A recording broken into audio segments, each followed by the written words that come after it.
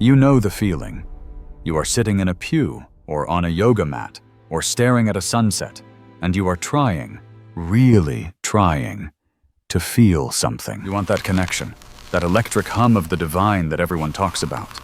You've read the books, you've said the mantras, but inside, it's just quiet. It feels like you are dialing a number that has been disconnected. You start to wonder if you are spiritually broken. Here is the hard truth. You aren't broken. You are just using the wrong operating system. We have been taught for centuries that God, or Source, or the universe, is out there. We look up, we look away. We treat our minds like a noisy, annoying obstacle that we have to bypass to get to the good stuff. But what if that is completely backward? What if your brain isn't a barrier to the spiritual world, but the actual hardware designed to receive it? Today, we are going to stop treating spirituality like magic and start treating it like mechanics. We are going to look at the neurology of prayer, the physics of consciousness, and the biology of belief. We are going to see how your thoughts literally sculpt the gray matter in your skull to either block the signal or amplify. By the end of this, you won't just be hoping for a connection, you'll have the blueprints to build the antenna. First, we have to deal with the universal ache. We live in a culture of distraction. We are overstimulated and underconnected. We scroll for hours to numb the feeling that something is missing. When we do try to get spiritual, we treat it like a task. We meditate for 10 minutes and get frustrated when we don't levitate. We go to church and get bored. We go to a retreat, feel high for a weekend, and crash on Monday. This cycle leads to spiritual burnout. You start to think, maybe this just isn't for me.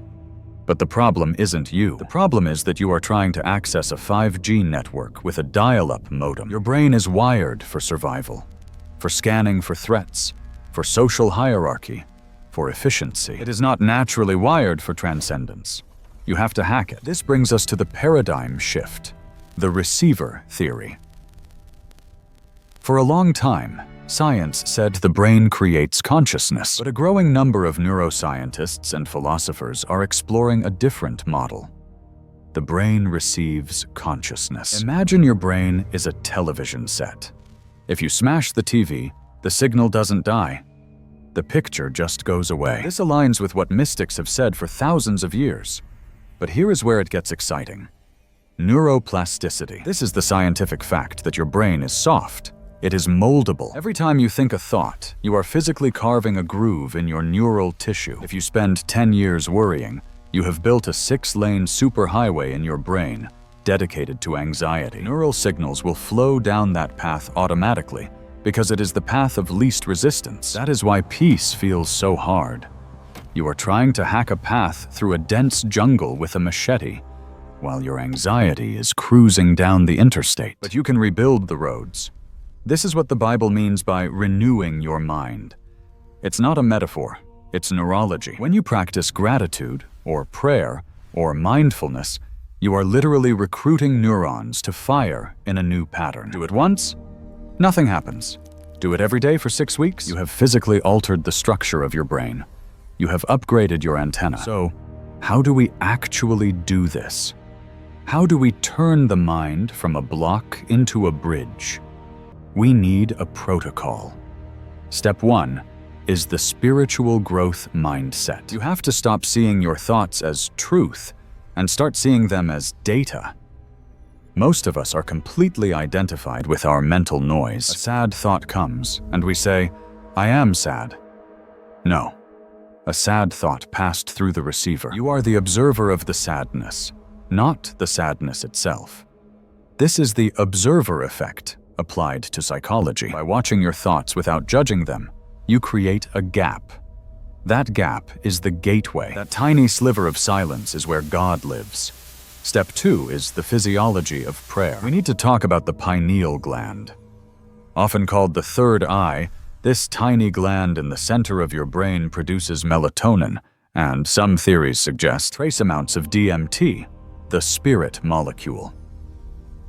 While the science is still debating the DMT link, we know that deep states of prayer and meditation activate this region. When you focus your attention on a single point, whether it's a mantra, a scripture, or just the concept of love, You reduce blood flow to the parietal lobes. These are the parts of the brain that orient you in space and time. When they go quiet, you lose the sensation of where your body ends and the world begins. You literally feel one with everything.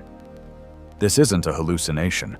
It's your brain allowing you to perceive a unity that is always there, but usually filtered out by your survival mechanisms. Step 3 is the technology of intention. You have to stop passively waiting for a spiritual experience and start aggressively curating your mental diet. If you eat junk food, your body gets sick. If you consume fear-based news, toxic gossip, and mindless entertainment, your spirit gets sick. You need to practice mental hygiene. This means actively interrupting the old signals. When a fear-based thought comes down the superhighway, you put up a roadblock. You say, "I see you, but I'm not driving that way today." Then you consciously force a thought of gratitude. It feels fake at first. It feels like work. That's okay. You are lifting weights. You are building the muscle. And finally, the most powerful tool: gratitude as a tuning fork. Gratitude is not just being nice. It is a frequency. When you are in a state of true gratitude, your heart rhythm becomes coherent. Your brain releases dopamine and serotonin. You are chemically signaling to your body that you are safe. When you are safe, your brain switches from survival mode to creation mode. You cannot hear the subtle whispers of the divine when you are in fight or flight. Gratitude is the switch that turns on the receiver. The spiritual journey is not about finding something you lost. It is about tuning into something that is already broadcasting. The signal is strong. The signal is constant. The only variable is your reception. So stop looking for a burning bush. Stop waiting for the sky to crack open. The gateway is right behind your eyes. It is in the silence between your thoughts. It is in the conscious choice to rewire your own biology for love instead of fear. If you are ready to start tuning that antenna, I want you to try something. For the next 7 days, commit to 5 minutes of mental hygiene every morning. Before you touch your phone, set your intention. Tune your frequency. See what happens to your reality. And if you want a practical guide on exactly how to do this, a simple technique to quiet the noise, click the video on the screen right now. It's a 5-minute drill that will change your morning. I'll see you there.